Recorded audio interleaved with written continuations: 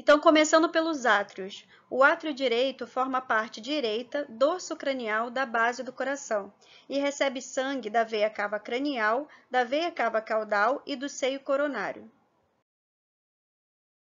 Ele se divide em uma parte principal, o seio das veias cavas, e uma parte de terminação cega, a aurícula do átrio direito. Ele se separa do átrio esquerdo por um septo interatrial.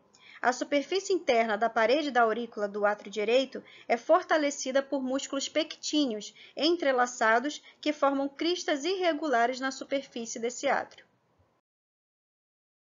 Já o átrio esquerdo, como o próprio nome diz, forma a parte esquerda, dorso caudal da base do coração. Ele recebe o sangue oxigenado das veias pulmonares e se assemelha ao átrio direito quanto à forma e estrutura.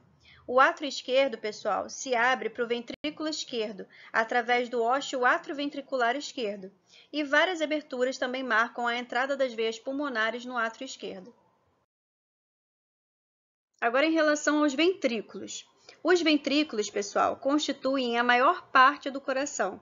Eles são separados dos átrios por um septo transverso incompleto, que é indicado na superfície do coração pelo sulco coronário, conforme eu já havia dito. Em relação ao ventrículo direito, ele possui formato de meia-lua em secção transversal e se molda à superfície do ventrículo esquerdo, que é cônico. Ele não se prolonga até o ápice do coração, ou seja, o ápice normalmente é formado apenas pelo ventrículo esquerdo, que vamos falar logo mais. Esse ventrículo direito recebe o sangue desoxigenado do átrio direito e o bombeia através do cone arterial para o tronco pulmonar, que então transporta o sangue para o pulmão. No ósseo atrioventricular direito se encontra a válvula atrioventricular direita, ou válvula tricúspide, que vocês já devem ter ouvido falar e está aí destacada na imagem.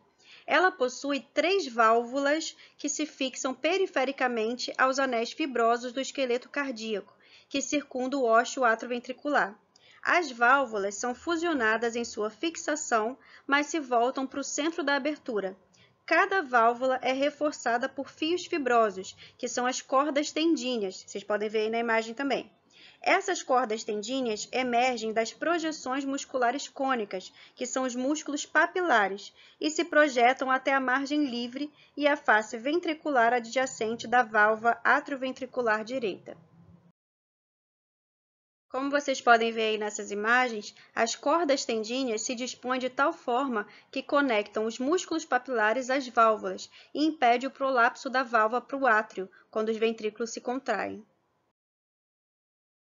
A parte ventral do ventrículo direito é marcada por várias ondulações miocárdicas, que são as trabéculas cárneas, que se projetam principalmente da parede externa.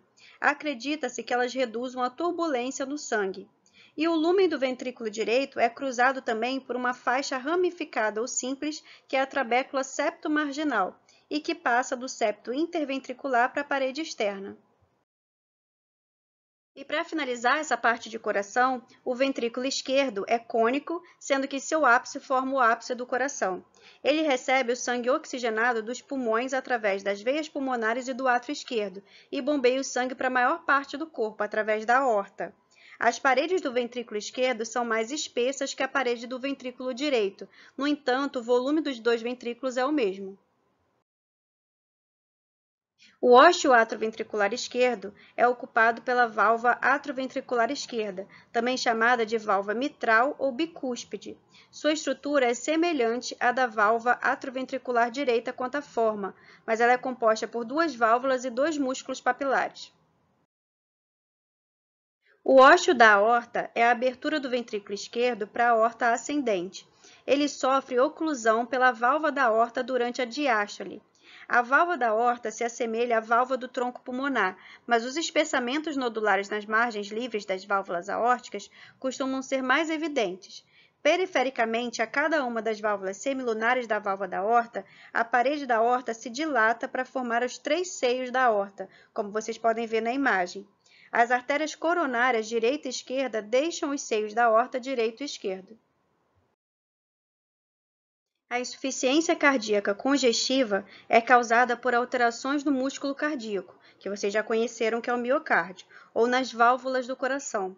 o coração torna-se incapacitado de fornecer a quantidade necessária de sangue ao organismo, ou seja, perde a sua capacidade de bombear o sangue adequadamente, causando diminuição da pressão arterial. A doença é lenta, mas de evolução progressiva, e com o tempo os danos são irreversíveis. De forma geral, gente, a insuficiência cardíaca congestiva acomete os animais de meia idade a idosos, principalmente aqueles de pequeno e médio porte. E apresenta também origem multifatorial. O que significa isso? Que ele pode ser causado por vários fatores, por exemplo, por fatores metabólicos, tóxicos, infecciosos, nutricionais e genéticos. E a insuficiência cardíaca congestiva direita se apresenta como uma forma atípica da doença, na qual há uma disfunção apenas nas câmaras cardíacas direita, acometendo animais jovens, principalmente da raça boxer. E para finalizar essa parte de coração e entrar em vasos sanguíneos, o coração pode ser avaliado clinicamente pela medição da frequência dos ritmos cardíacos, pela palpação do pulso, como vocês estão vendo aí na imagem,